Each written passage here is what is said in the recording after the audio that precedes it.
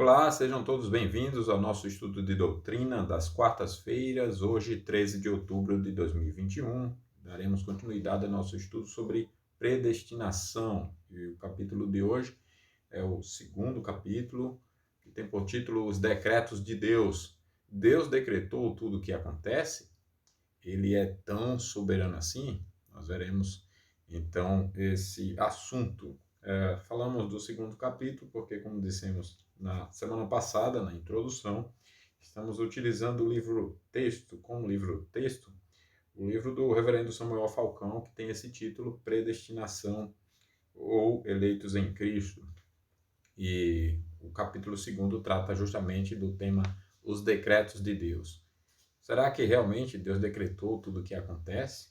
Deus é tão soberano assim, ele é tão absoluto, tem poder sobre tudo e sobre todos, de maneira a, em sua soberania e em seu poder, ele tem a capacidade de criar o tempo e criar o futuro, né, e criar seres livres que, embora sejam morais e, portanto, responsáveis por suas decisões, ao mesmo tempo eles não agem contra a vontade ou o decreto de Deus, não agem fora, melhor dizendo, da vontade soberana de Deus. Ele age sempre dentro desse decreto e, por outro lado, Deus, na sua soberania, também não violenta essa vontade desses agentes e, misteriosamente, Deus controla e governa absolutamente tudo e esses seres não saem desses decretos, porém também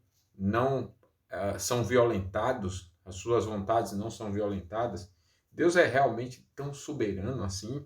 Deus é tão grandioso dessa forma? Ou ele não seria um ser menor do que o tempo, do que a vontade dos seres que no futuro seriam contempladas, e por causa dessa vontade no futuro contemplada, Deus, que não é tão soberano assim, então depende de ter uma presciência que vê o futuro para poder condicionar a sua decisão a essa vontade de seres que são até no futuro soberano à vontade soberana de Deus. Não sei se eu me fiz tão entendido, mas Deus é assim, o Deus da Bíblia, tão soberano, que não depende de nada nem de ninguém, ou ele de alguma forma depende, nem que seja da vontade do ser humano, por exemplo, decidir alguma coisa lá na frente para ele poder ter decidido na eternidade tudo o que acontece. Qual é a ordem das coisas e quem é maior do que quem, né? No final das contas, os decretos vão estudados corretamente, segundo a luz da palavra de Deus, vão nos ajudar a perceber essas questões, né? Deus decretou tudo o que acontece, ele é tão soberano assim. Vamos ver como é que tudo isso funciona. Mas antes, nós vamos orar, né? Vamos orar pedindo a bênção do Senhor para esse estudo de hoje. Vamos pedir a bênção do Senhor. Soberano Deus, Tu és nosso Pai bondoso, perdoador, gracioso. Tu és nosso bem-amado. Nós exaltamos a Ti por ser o nosso Deus, por se revelar a nós e por bondosamente nos deixar conhecer-te e ter relacionamento íntimo com o Senhor, relacionamento de filhos. O Senhor é a nossa alegria, é a alegria de toda a terra, é o prazer da alma sedenta. E nossos corações se alegram, ó Pai, somente em Ti. Louvamos o Teu nome, pelo que Tu és, por Jesus Cristo, nosso Salvador e Senhor, por esse dia, por Suas bênçãos e pela oportunidade de estudarmos a Tua Palavra. Pedimos que nos ajude, em nome de Jesus. Amém. Bem, vamos seguir aqui então os decretos de Deus. No capítulo 2, veremos justamente esses assuntos. A necessidade de uma declaração prévia e de uma exposição da doutrina dos decretos de Deus, o significado do termo, declaração da doutrina dos decretos de Deus, argumentos que provam a doutrina, algumas características dos decretos de Deus, decretos positivos e permissivos e o objetivo dos decretos de Deus. Veremos então esses sete pontos, né? Então vamos para o primeiro, a necessidade de uma declaração prévia e de uma exposição dos decretos de Deus. Aqui nós vemos que é indispensável considerar a doutrina dos decretos de Deus, desde que a predestinação, como já foi dito na introdução, semana passada nós estudamos esse assunto, é um ramo dessa importante doutrina. Predestinação é um ramo da doutrina dos decretos, e é importante sabermos disso. Então a relação entre elas é tão íntima que alguns teólogos têm usado a palavra predestinação como equivalente à palavra genérica decreto, incluindo então todos os eternos propósitos de Deus, todos os eternos propósitos. O significado do termo, o termo decreto divino é uma tentativa, na verdade, para reunir em uma designação aquilo que a Bíblia apresenta com várias palavras e expressões. Por exemplo, o propósito divino, determinado conselho, presciência, eleição, a vontade divina e beneplácito. Então, o decreto divino é o termo geral e refere-se ao plano de Deus em toda a criação, e predestinação é um aspecto particular ou divisão do decreto de Deus e refere-se a seres morais, tanto anjos como homens, e está dividida em dois aspectos: a eleição dos salvos e a reprovação ou preterição dos condenados. Reprovação ou preterição. Se Deus elege alguns para salvar, com certeza ele decidiu alguma coisa sobre aqueles que ele não escolheu salvar, né? Então, se é eleição de um lado, é reprovação, preterição, condenação do outro, né? Declaração da doutrina dos decretos de Deus. A mais concisa e compreensiva declaração da doutrina dos decretos divinos está no Breve Catecismo de Westminster, resposta 7. Ela diz assim: os decretos de Deus são o seu eterno propósito de acordo com o conselho da sua vontade, pelo qual, para a sua própria glória, ele predestinou tudo o que acontece. Essa definição é formada pelas próprias palavras das Escrituras, que são a base da doutrina. Então, essa resposta, quem conhece o catecismo, sabe que cada parte da resposta tem o texto bíblico fundamentando claramente, para mostrar que não é uma criação da mente humana. A origem da resposta não é a criação da mente humana, é a palavra de Deus quem diz, mas nós vamos ver daqui a pouco os argumentos. Então, o Catecismo de Westminster nos ajuda nesse sentido. A mesma doutrina é definida no Catecismo Maior, de Westminster também, com as seguintes palavras. A resposta à pergunta 12, por exemplo, diz assim: os decretos de Deus são os atos sábios, livres e santos do conselho da sua vontade, pelos quais, desde toda a eternidade, ele, para a sua própria glória, imutavelmente predestinou tudo o que acontece, especialmente com referência aos anjos e aos homens. Na Confissão de Fé de Westminster, a doutrina é apresentada nesses termos. Fica no capítulo 3 da Confissão, né? Desde toda a eternidade, Deus, pelo muito sábio e santo conselho da sua própria vontade, ordenou livre e inalteravelmente tudo quanto acontece, porém, de modo que nem Deus é o autor do pecado, nem violentada é a vontade da criatura, nem é tirada a liberdade ou a contingência das causas secundárias antes estabelecidas. E o teólogo Dr. Roger define esta doutrina com as seguintes palavras: o decreto de Deus é o seu eterno e imutável, santo, sábio e soberano propósito, que compreende ao mesmo tempo todas as coisas que foram e que hão de ser em suas causas, condições, sucessões e relações, e que determinam o seu futuro. Os vários conteúdos do eterno propósito são denominados decretos, por causa da limitação das nossas faculdades que os concebem em seus aspectos parciais e em suas relações lógicas. É uma percepção do Roger da nossa finitude e da limitação humana, por sua compreensão, suas capacidades, de contemplar essa soberania de Deus, tanto na sua natureza, nos seus atributos, quanto naquilo que ele faz, que é de acordo com seus atributos. Se Deus é santo, o que ele faz é santo. Se Deus é eterno, o que ele faz é eterno. Se Deus é imutável, ele pode fazer coisas que não mudam, né? E seus decretos são imutáveis.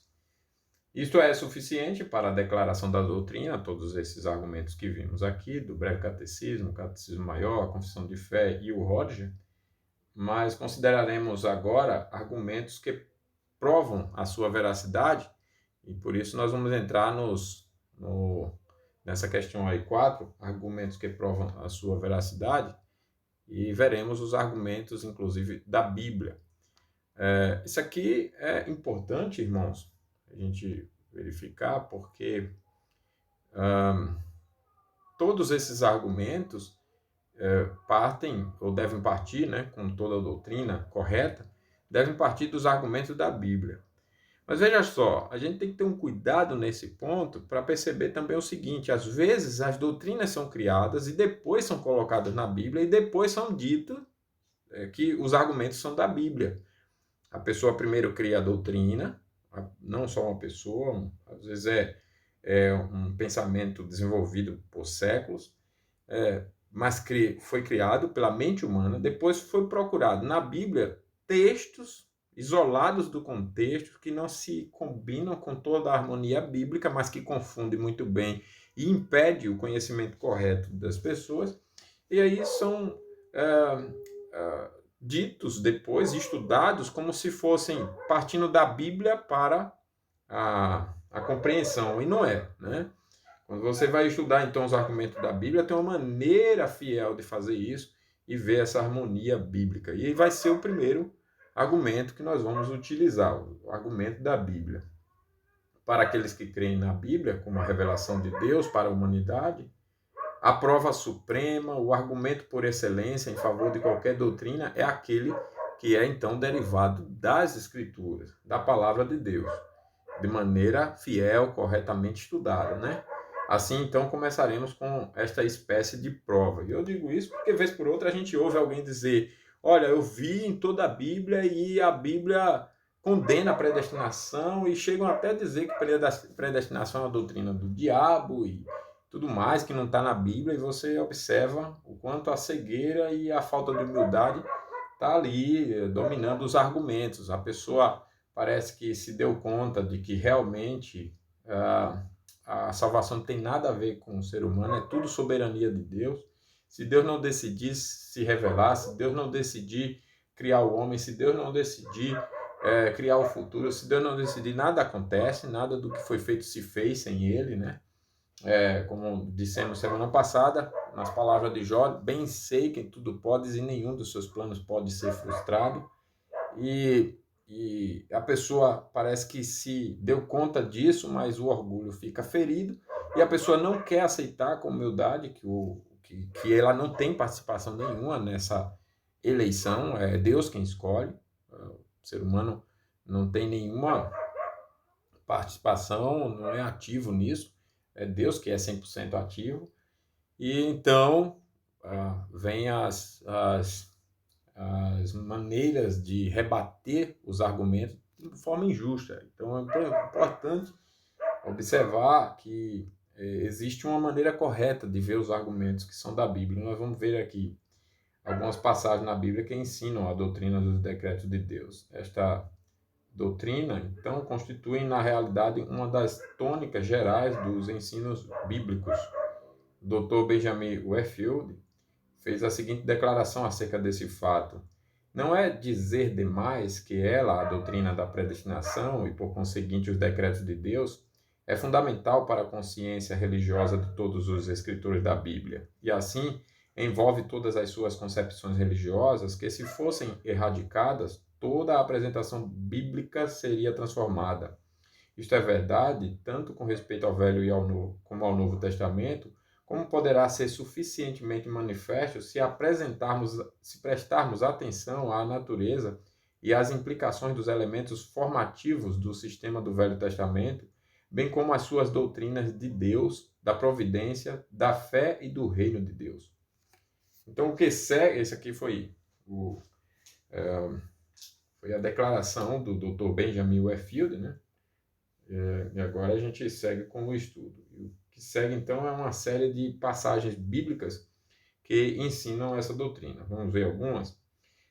Nós lemos algumas dessas semana passada. Primeiro é Salmo 33:11, que diz: o conselho do Senhor dura para sempre, os desígnios do seu coração por todas as gerações.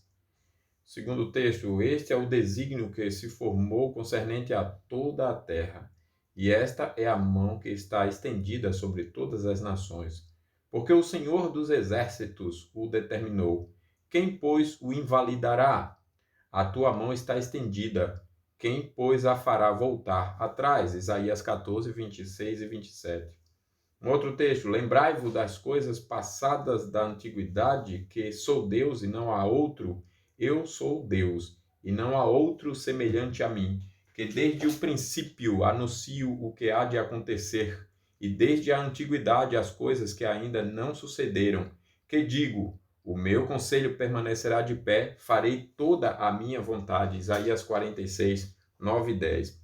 Outro texto: e eu bendisse o Altíssimo, e louvei e glorifiquei ao que vive para sempre, cujo domínio é sempiterno, e cujo reino é de geração em geração. Todos os moradores da terra são por ele reputados em nada, e segundo a sua vontade ele opera com o exército do céu e os moradores da terra. Não há quem lhe possa deter a mão, nem lhe dizer: que fazes? Daniel 4, 34 e 35. Não se vendem 2 pardais por um asse? E nenhum deles cairá em terra sem o consentimento de vosso Pai? E quanto a vós outros, até os cabelos todos da cabeça estão contados. Mateus 10, 29 e 30. Outro texto: porque o Filho do Homem, na verdade, vai segundo o que está determinado, mas ai daquele por intermédio de quem ele está sendo traído. Lucas 22, 22, muito claro esse texto também. Um outro: sendo este entregue pelo determinado desígnio e presciência de Deus, vós o matastes, crucificando-o por mão de iníquos. Atos 2, 23. Outro texto: porque verdadeiramente se ajuntaram nesta cidade contra o teu santo servo Jesus, ao qual ungiste Herodes e Pôncio Pilatos, com gentios e povos de Israel, para fazerem tudo o que a tua mão e o teu propósito predeterminaram. Atos 4, 27 e 28. Outro texto: de um só fez toda a raça humana para habitar sobre toda a face da terra, havendo fixado os tempos previamente estabelecidos e os limites da sua habitação. Atos 17, 26. Diz o Senhor que fez estas coisas conhecidas desde os séculos. Atos 4, 18. Outro texto: sabemos que todas as coisas cooperam para o bem daqueles que amam a Deus, daqueles que são chamados segundo o seu propósito, porquanto aos que de antemão conheceu, também os predestinou para serem conformes à imagem de seu Filho, a fim de que ele seja o primogênito entre muitos irmãos. E aos que predestinou, a estes também chamou, e aos que chamou, a esses também justificou, e aos que justificou, a esses também glorificou. Romanos 8, 28 a 30, nós veremos explicações sobre todos esses textos, né? Que estão claros. Aqui, por exemplo, um texto muito claro, mas há as heresias que muitas vezes se utilizam desse texto, né? Como, por exemplo, as testemunhas de Jeová, para negar que Jesus é Deus tanto quanto o Pai, e usa esse texto para dizer que, como Jesus é o primogênito, então ele é o primeiro Deus criado, e ele é o primeiro da criação, a primeira criatura. Não tem nada a ver, né? Então, muito cuidado, como eu disse há pouco, em relação ao que é realmente uma correta compreensão da Bíblia, né? Que é ler a Bíblia corretamente. Mas vamos seguir outros textos. Um outro diz assim: mas falamos a sabedoria de Deus em mistério outrora oculta, a qual Deus preordenou desde a eternidade para nossa glória. 1 Coríntios 2,7. Um outro: nele, digo, no qual fomos também feitos herança, predestinados segundo o propósito daquele que faz todas as coisas conforme o conselho da sua vontade. Efésios 1:11. Pois somos feitura dele, criados em Cristo Jesus para boas obras, as quais Deus de antemão preparou para que andássemos nelas. Efésios 2:10. Segundo o poder de Deus, que nos salvou e nos chamou com santa vocação, não segundo as nossas obras, mas conforme a sua própria determinação e graça que nos foi dada em Cristo Jesus, antes dos tempos eternos. Segundo Timóteo 1:8 e 9. Sabendo que não foi mediante coisas corruptíveis, como prata ou ouro, que fostes resgatados do vosso fútil procedimento que vossos pais vos legaram, mas pelo precioso sangue, como de cordeiro sem defeito e sem mácula, o sangue de Cristo, conhecido com efeito antes da fundação do mundo, porém manifesto no fim dos tempos, por amor de vós. 1 Pedro 1:18 a 20, e passagem dessa natureza são inúmeras. Alguém querido, um irmão querido, outro dia argumentou que a Bíblia também tinha passagem que negavam a predestinação. Não tem. A Bíblia não fala, afirma uma coisa e nega ao mesmo tempo. Isso não existe, né? Então, os textos aqui já seriam suficientes para humildemente encararmos que a doutrina está lá. Eu posso reconhecer que eu não compreendo tudo sobre a doutrina, mas ela está lá e é como Deus age, né? É sempre segundo a sua vontade soberana, que não tem nenhuma participação humana no processo. Mas vamos seguir. Essas passagens e muitas outras que poderiam ser facilmente acrescentadas mostram então que o Deus Todo-Poderoso tem um plano ou propósito para este universo que é dele. Esse plano ou propósito foi concebido na eternidade e está sendo executado no tempo. É um plano sábio, porque está de acordo com o conselho de Deus. É um plano bom, porque é para a glória de Deus. É um plano eterno, porque foi concebido antes da fundação do mundo. É um plano poderoso, porque ninguém pode anular.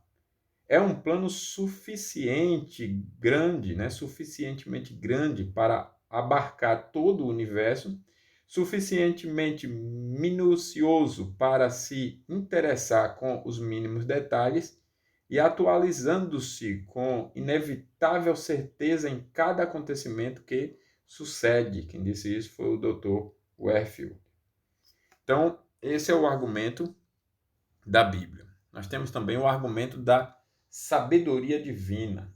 Se Deus é um ser racional e superior, deve ser sábio. E sendo infinito, deve ser então infinitamente sábio. Nenhum ser sábio faria alguma coisa sem um plano bem pensado e bem preparado antecipadamente, né? Um arquiteto, por exemplo, não iniciaria a construção de um edifício sem preparar primeiro a planta do edifício, cuidadosamente com todos os seus detalhes. E um general não daria ordens para o seu exército lutar contra o inimigo sem antes preparar com seu Estado-Maior a estratégia para a batalha.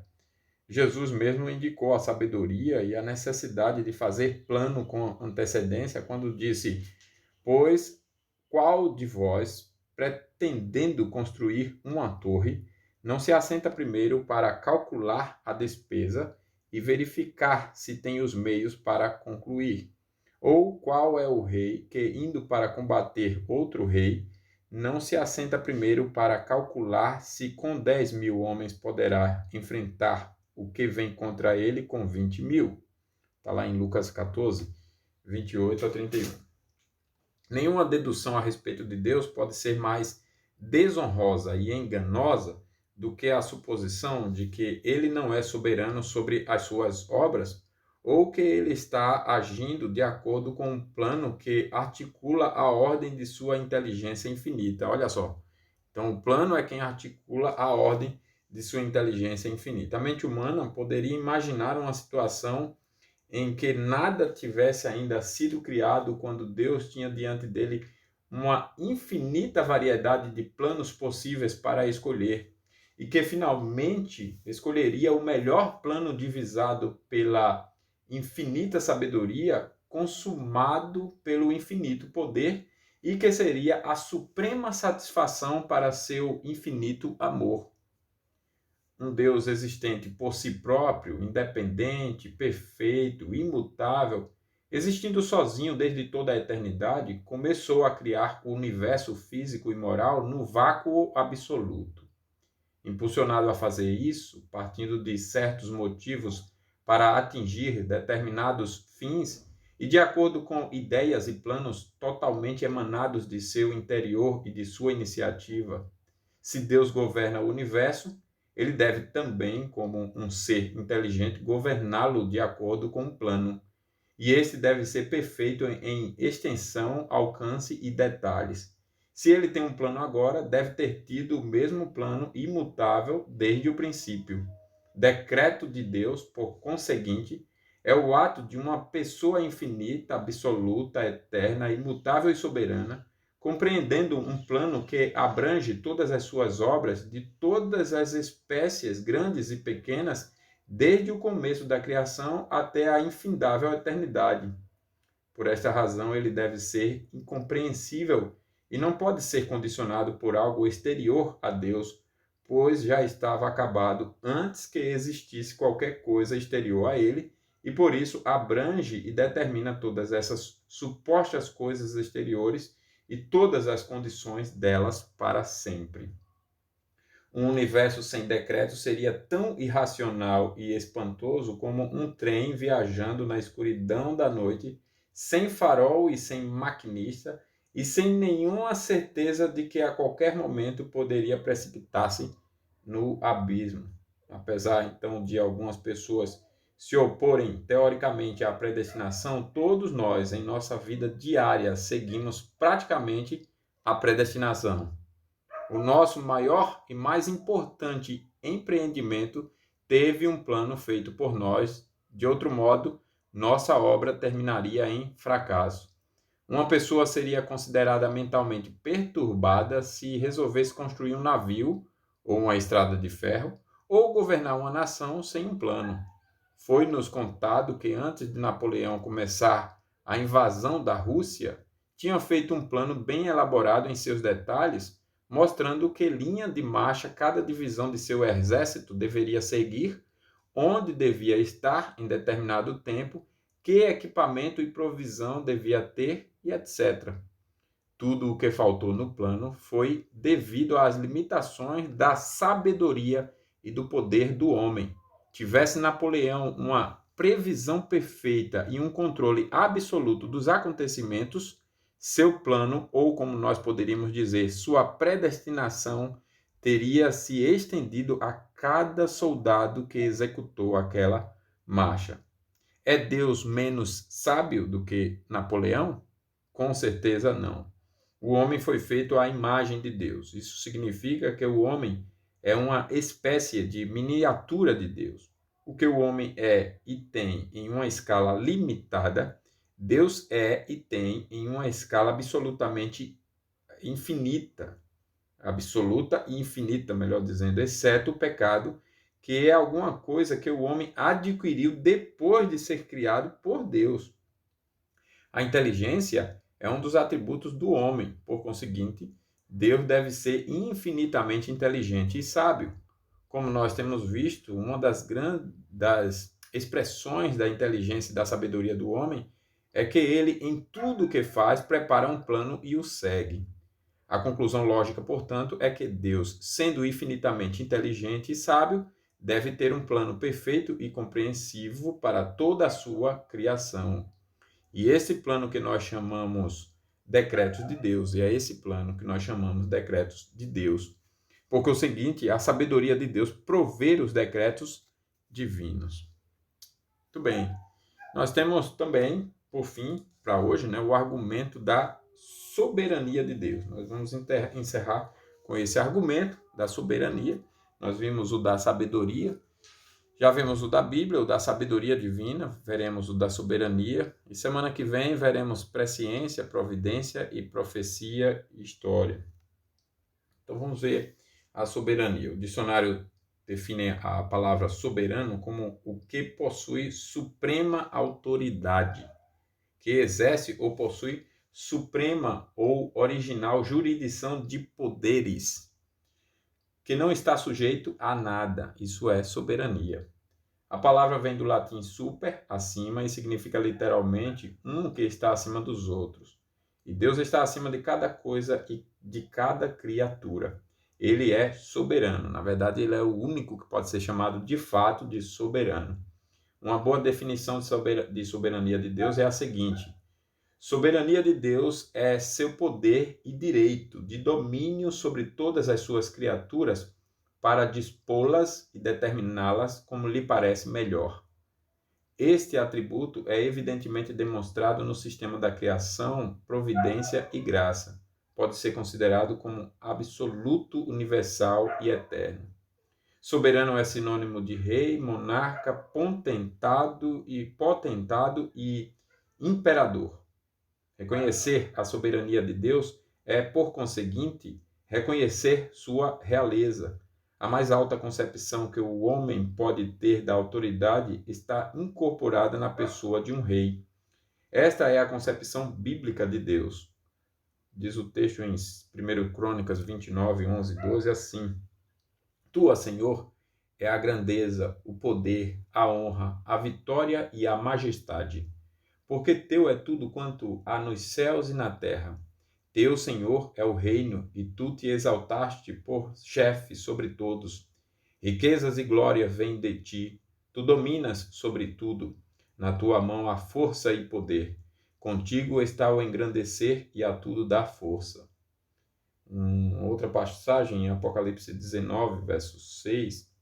Aliás, em Salmo 93, 1 e 2 primeiro, diz assim: Reina o Senhor. Revestiu-se de majestade, de poder se revestiu o Senhor, e se cingiu, firmou o mundo que não vacila. Desde a antiguidade está firme o teu trono, tu és desde a eternidade. Um outro é Salmo 95, diz assim: Porque o Senhor é o Deus supremo, e o grande rei acima de todos os deuses. Vinde, adoremos e prostremo-nos, ajoelhemo-nos diante do Senhor que nos criou. Salmo 135. Com efeito, eu sei que o Senhor é grande e que o nosso Deus está acima de todos os deuses. Tudo quanto aprove ao Senhor, ele o fez nos céus e na terra, no mar e em todos os abismos.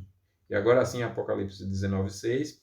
Então ouvi uma voz, uma como voz de numerosa multidão, como de muitas águas e como de fortes trovões, dizendo: Aleluia! Pois reina o Senhor nosso Deus, o Todo-Poderoso. Há muitas outras passagens que falam a respeito de Deus como rei e governador sobre todas as coisas e sobre cada ser que ele criou nos céus e na terra. São tão numerosos, porém, essas passagens numerosas, que é impossível citar todas. A Bíblia é repleta de afirmações sobre a soberania de Deus. Elas apresentam Deus reinando com todo poder, bondade e sabedoria.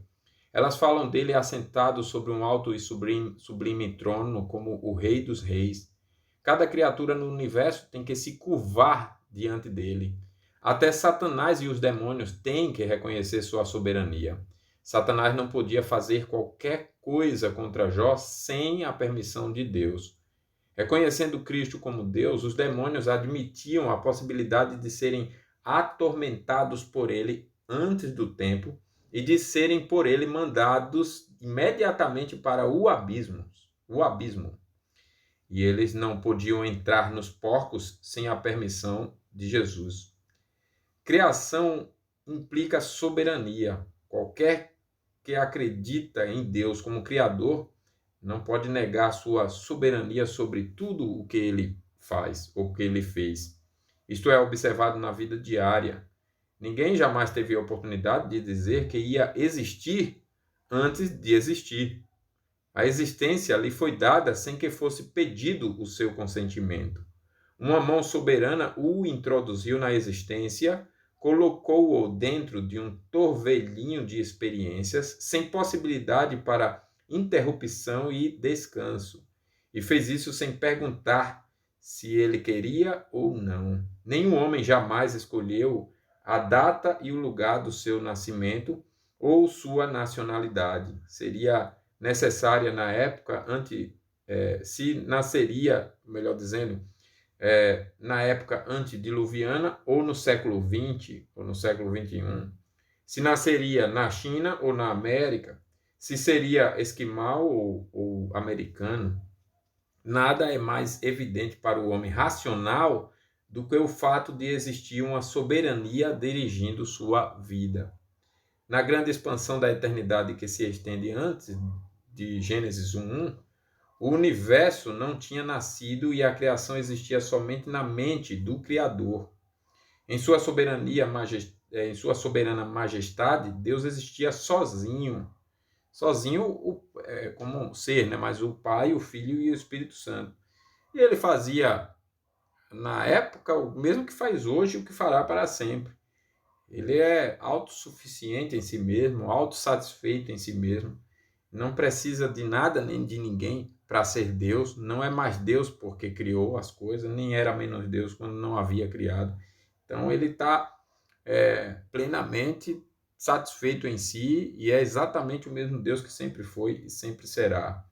E em sua soberana majestade, Deus existia sozinho. Nós nos referimos àquele longínquo período antes que os céus e a terra fossem criados. Não havia anjos, né, para entoar hinos de louvor a Deus, nem criatura para ocupar sua atenção, nem rebeldes para serem trazidos em sujeição. O grande Deus era a totalidade única no meio do espantoso silêncio de seu próprio vasto universo. Mas ainda naquele tempo, se é que pode ser chamado tempo, Deus era soberano. Ele podia criar ou não criar, de acordo com o seu beneplácito. Podia criar desta ou daquela maneira. Podia criar um mundo ou milhões de mundos. E quem existia para se opor à sua vontade? Ele podia chamar à existência 1 milhão de criaturas diferentes e colocá-las em igualdade absoluta, dotando-as com as mesmas faculdades, pondo-as no mesmo ambiente, ou ele poderia criar milhões de criaturas, cada uma diferente da outra, não possuindo nada em comum, exceto a sua condição de criatura, e quem haveria para se opor a esse direito? Se ele assim desejasse, poderia chamar à existência um mundo tão imenso que suas dimensões estariam além da estimativa finita. E se estivesse disposto, poderia criar um organismo tão pequeno que nada, exceto o mais poderoso microscópio, poderia revelar sua existência aos olhos humanos. Era seu soberano direito criar, por um lado, o exaltado serafim para queimar ao redor do seu trono, e, por outro lado, criar um inseto tão frágil que morre na mesma hora que nasce. Se o poderoso Deus escolhesse ter uma vasta gradação em seu universo, desde o mais sublime serafim até o réptil que se arrasta, desde os mundos em revolução aos átomos flutuantes, do macrocosmo ao microcosmo, em vez de fazer cada coisa uniforme, quem poderia questionar sua vontade soberana? Dr. Werfel prova em seu artigo Predestinação, Biblical Doctrines, que a concepção do Velho Testamento sobre Deus é de uma pessoa moral, toda poderosa, que dirige todo o universo. Ele diz: não podemos pensar em Deus senão como um ser que determina tudo o que acontece no mundo, desde o mundo que é produto de seu ato criador. A doutrina da providência, que está espalhada em todas as páginas do Velho Testamento, sustenta totalmente esta crença. O Todo-Poderoso Construtor é apresentado também como o irresistível governador de tudo quanto ele tem feito. Todas as coisas, sem exceção, estão dispostas por ele, e sua vontade é a última palavra para tudo o que acontece. Os céus e a terra e tudo o que neles há são instrumentos pelos quais ele executa seus planos. A natureza, as nações e o destino do indivíduo são igualmente, em todas as suas mutações, cópia de seu propósito. Os ventos são seus mensageiros, a chama de fogo sua serva. Cada ocorrência é seu ato, a prosperidade é seu dom. E se a calamidade cai sobre o homem, é o Senhor quem tem feito. É ele que dirige os passos dos homens, quer eles saibam ou não. Quem ergue e derriba, abre e endurece o coração, e cria os pensamentos e intentos verdadeiros do coração. Amós 3 diz isso, Lamentações 3 diz isso, Isaías 45, Eclesiastes 7, Isaías 44, enfim. Em uma palavra, a soberania da vontade divina como princípio de tudo que acontece é um postulado primário da vida religiosa, como também da visão do mundo como apresentada no Velho Testamento. Ela está implicada na verdadeira ideia de Deus, está dentro da concepção da relação de Deus com o universo e com tudo o que acontece na natureza, na história e no destino dos indivíduos. Ela está também dentro do esquema da religião, seja nacional ou pessoal. Está colocada na base de todas as emoções religiosas e é o fundamento de todo o caráter religioso construído em Israel. Como o Dr. Charles Rogers mostra, a soberania de Deus é exercida, primeiro, estabelecendo as leis físicas e morais que governam suas criaturas, segundo, determinando a natureza e os poderes das diferentes ordens dos seres criados e designando cada um em sua esfera apropriada. Terceiro, apontando para cada indivíduo sua posição e seu destino. Quarto, e também nas distribuições de seus favores. O Mateus 20,15 diz: porventura não me é lícito fazer o que eu quero do que é meu? Porventura não me é lícito fazer o que eu quero do que é meu? Em resumo, reconhecer Deus como o supremo soberano do universo, como governador moral do mundo, é admitir sua divindade e seu direito de dispor o que ele criou de acordo com sua vontade e seu plano. É dizer que ele é, na realidade, um Deus e não um títere sujeito às circunstâncias que ele não criou e não pode controlar. Não um fantoche que acomoda seus planos às circunstâncias que não dependem dele, mas da vontade livre e dos atos das suas próprias criaturas. Não, Deus não é um fantoche. A concepção que nós temos de Deus, especialmente de acordo com o que aprendemos na Bíblia, obriga-nos a crer que, sendo soberano, ele decretou tudo o que acontece para a sua própria glória e para o bem daqueles que o amam, daqueles que são chamados segundo o seu propósito.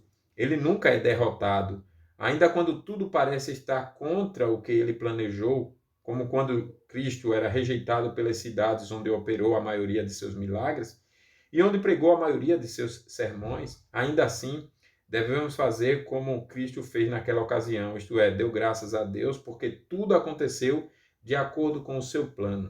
O texto diz: passou então Jesus a increpar as cidades nas quais ele operava numerosos milagres pelo fato de não se terem arrependido. Ai de ti, Corazim! Ai de ti, Betsaida! Porque se em Tiro e em Sidom se tivessem operado os milagres que em vós se fizeram, há muito que elas se teriam arrependido com pano de saco e cinza. Contudo vos digo, no dia do juízo haverá menos rigor para Tiro e Sidom do que para vós outros. Tu, Cafarnaum, elevar-te-ás porventura até o céu? Descerás até ao inferno? Porque se em Sodoma se tivesse operado os milagres que em ti se fizeram, teria ela permanecido até o dia de hoje. Digo-vos, porém, que menos rigor haverá no dia do juízo para com a terra de Sodoma do que para contigo. Por aquele tempo exclamou Jesus: graças te dou, ó Pai, Senhor do céu e da terra, porque ocultaste estas coisas aos sábios e entendidos, e as revelaste aos pequeninos. Sim, ó Pai, porque assim foi de teu agrado. Mateus 11, 20 a 26.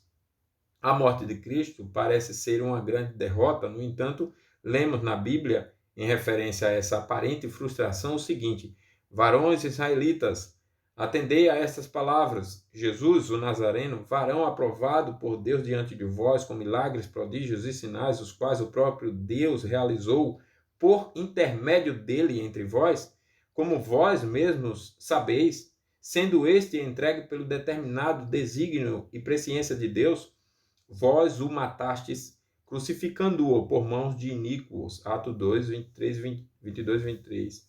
Atos 2. Ainda quando tudo está tão escuro como no dia de tempestade, nós sabemos,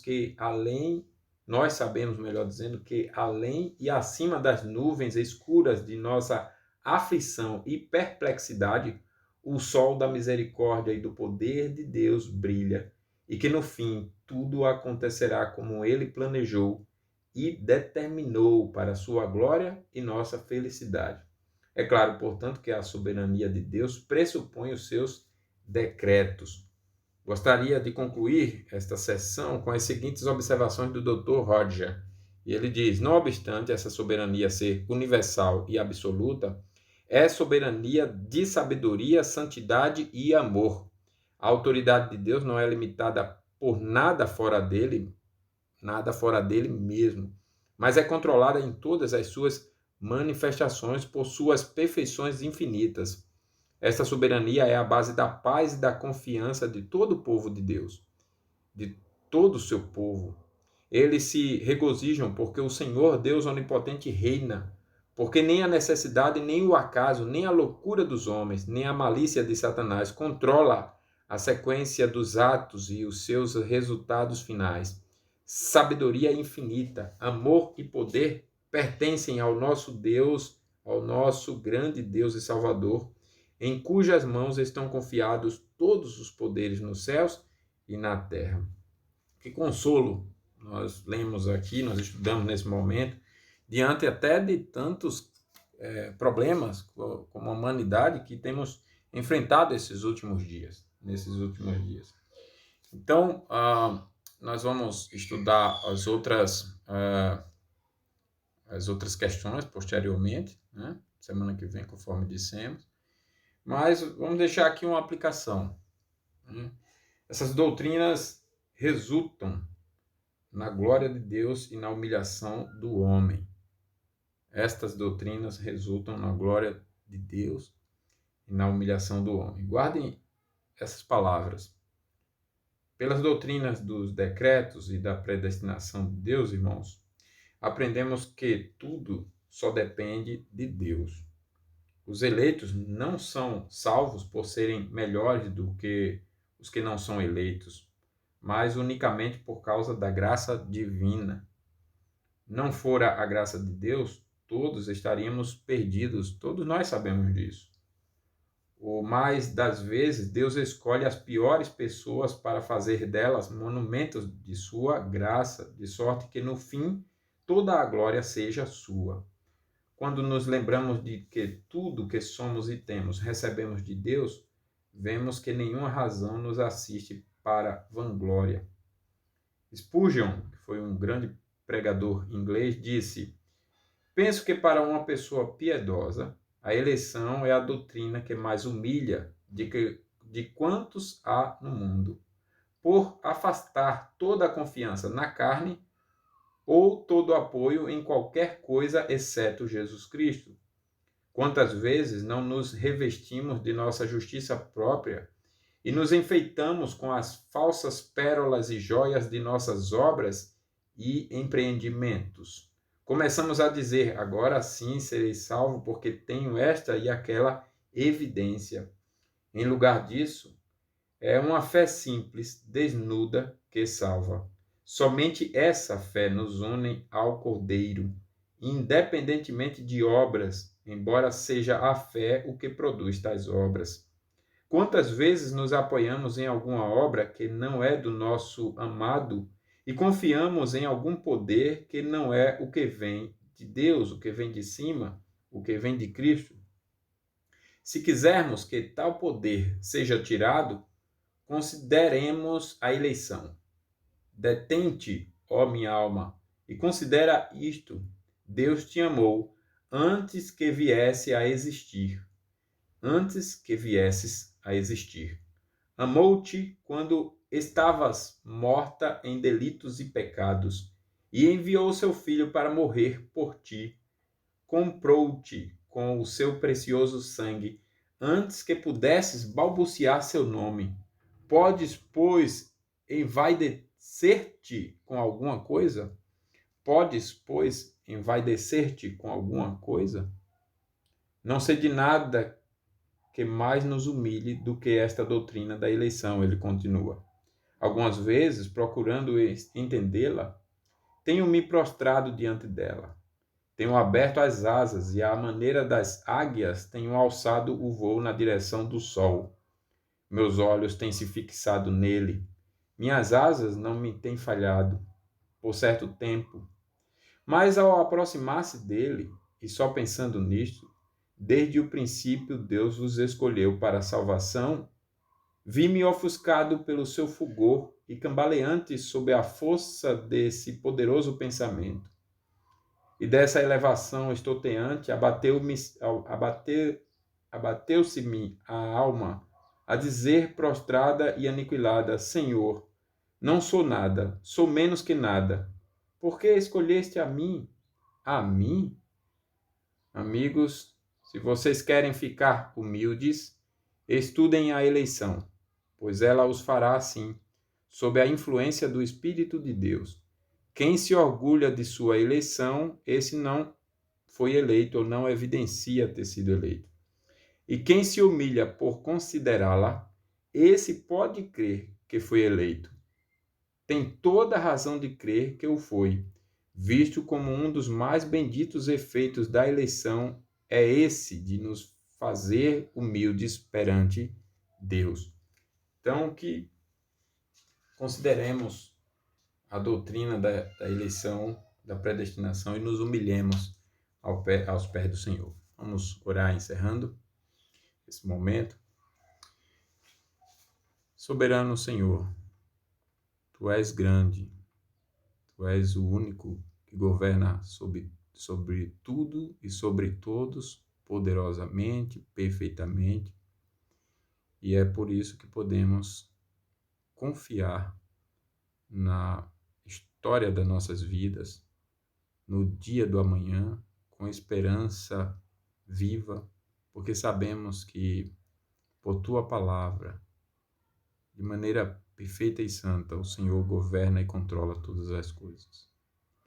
E no Teu governo absoluto, cada dia está debaixo da Tua mão. Nós Te exaltamos. Bendizemos o Teu nome, porque também, conhecendo por essa eleição a salvação em Jesus, reconhecemos que tudo que acontece debaixo do Teu controle visa o nosso bem, o bem daqueles que Te amam. Todas as coisas, como estudamos, cooperam para o bem daqueles que amam a Deus, daqueles que são chamados segundo o Seu propósito. E com essa certeza, ó Pai, descansamos na alegria, mas também descansamos nas tristezas, nos sofrimentos, nos momentos de angústia, nos momentos ruins, como os dias que temos vivido, dias de sofrimentos, dias de agitações, incertezas para os homens perdidos, dias de caos, mas por trás dessa nuvem negra está a Tua soberania, que com sabedoria governa todas as coisas para o bem do Teu povo. Louvado seja o Teu nome. Louvado seja o Teu nome pelo que aprendemos e porque essa doutrina retira de nós a confiança no engano, na força de nossos braços, nos nossos méritos, e nos leva a reconhecer que dependemos para tudo de Jesus.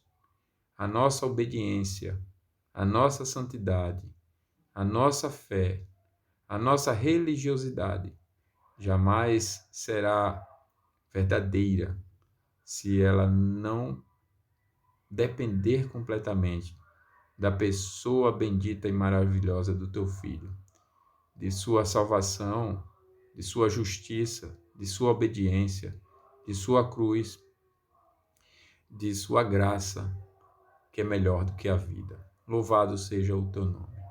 Abençoe nosso descanso, a nossa noite, esteja com todos nós e abençoe-nos no dia de amanhã também, para que seja um dia vivido na tua presença.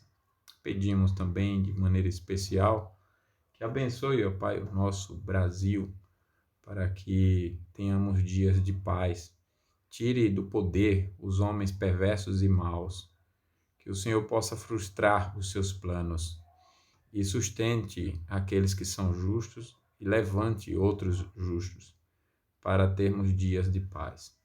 Também pedimos, ó Pai, nos lembramos aqui dos nossos irmãos Leandro e Isabela e a experiência atual que têm vivido, a perda do bebê, que o Senhor possa abençoá-los, abençoar aquela família, Leandro, Isabela e Lívia, e possa dar a Isabela consolo nesse momento de aflição, conforto, instrução, para que eles possam ser consolados pelo Senhor, por tua palavra, pelo teu Espírito e restaurados também na sua vida.